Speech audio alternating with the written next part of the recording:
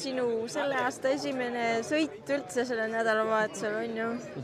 Et tulid eesmärkidega, et võitjaks Eestisse ja see läks täide.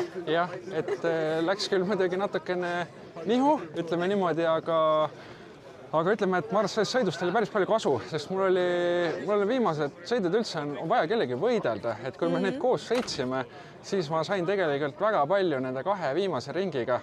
Siin tuleb nii teha, et tegelikult kõva nagu improvement oli selle 2 viimase ringiga, et jah, kerge pettumus on muidugi, aga mis teha? Ütleme nii, et teise koha Superbowli karikas on mul puudu, et esimene 3. on, et nüüd on teine ka. Kas sa oskasid oodata Silvesteris sellist ma mõtlesin, et alguses ma ei saanud aru, mis hääl taga on, et ma kuulsin mingi hääl on taga, aga ma arvan, see on mingi Berdenkis äkki või Ivo Vinnins ja siis vaatasin, mis asja.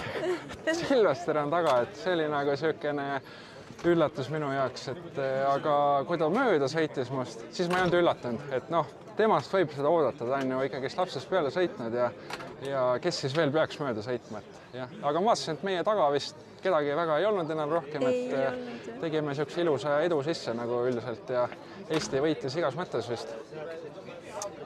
Kas täna oli aega muusikapala ka Kusjuures ei olnud, et see sõit oli üldse niisugune suht vastupidavussõit pigem, et kuna ma ise ju see aasta kordagi sõitnud pole, siis ütleme nii, et rindkere ja vasak käsi on ikka siuksed, et ma ei tea, kas sellega üldse midagi teha saab, aga korrutasin endale kogu aeg, et 15 minuti juures on sõit läbi.